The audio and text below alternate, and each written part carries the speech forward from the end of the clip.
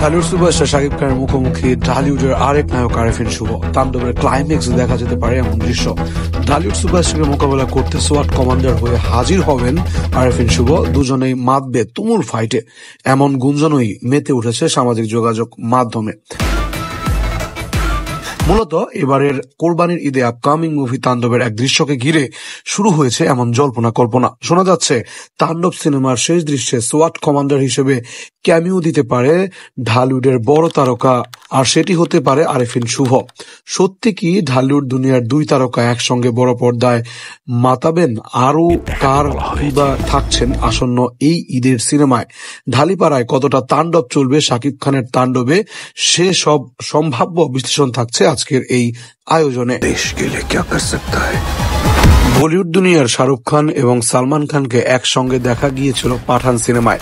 সিনেমার বলিউড তারকা শাহরুখ খানের হলেও বিশেষ ক্যামিও চরিত্রে এসে ধরা দিয়েছিলেন বলিউড ভাইজান খ্যাত সালমান খান। এমন ঘটনা প্রায়শই ঘটতে দেখা যায় পার্শ্ববর্তী দেশের সিনেমা ইন্ডাস্ট্রিতে। অনেক সিনেমায় দেখা গেছে বড় তারকাদের মিলবন্ধন। বাংলাদেশের সিনেমা ইন্ডাস্ট্রিতে এমন চর্চা তেমন খেয়াল করা যায় না। তবে রায়হান রাফি কি এমন কিছু করতে যাচ্ছেন? এবার একসাথে হাজির করতে যাচ্ছেন শাকিব খান এবং আরেফিন শুভকে? এই প্রশ্নটা এখন তুরুফের ত্রাস হয়ে উঠেছে ঢালিপাড়ার সিনেমা প্রেমীদের মনে। তারা বর্তমানে ঢালিউড সিনেমা ইন্ডাস্ট্রির বড় দুই তারকা, একজন শাকিব খান, অপরজন আরেফিন শুভ।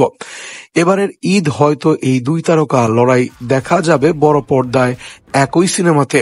তাণ্ডব সিনেমার টিজার সামনে আসতে শুরু হয়েছে আলোড়ন। টিজারটিতে প্রশংসার পাশাপাশি নানা থিওরিও চোখে পড়েছে। বিশেষ করে এমন একটি চিত্র, সেখানে ফাইটে মেতেছেন শাকিব খান, তার সঙ্গে রয়েছে একজন সোয়াট কমান্ডার। এখন প্রশ্ন আসেই স্বাভাবিকভাবে যে সে কি সোয়াট কমান্ডার?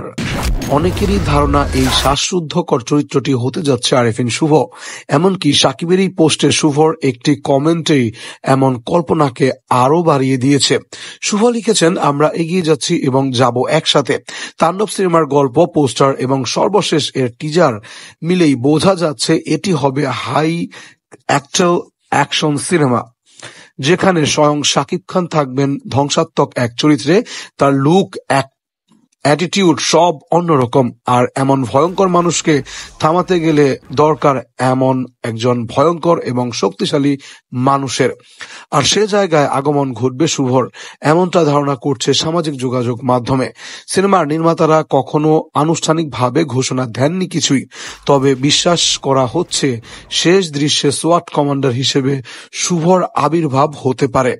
তার উপস্থিতি যদি সত্যি হয়, তাহলে তার উপস্থিতি হবে গল্পের মোড় ঘোরানোর মতন।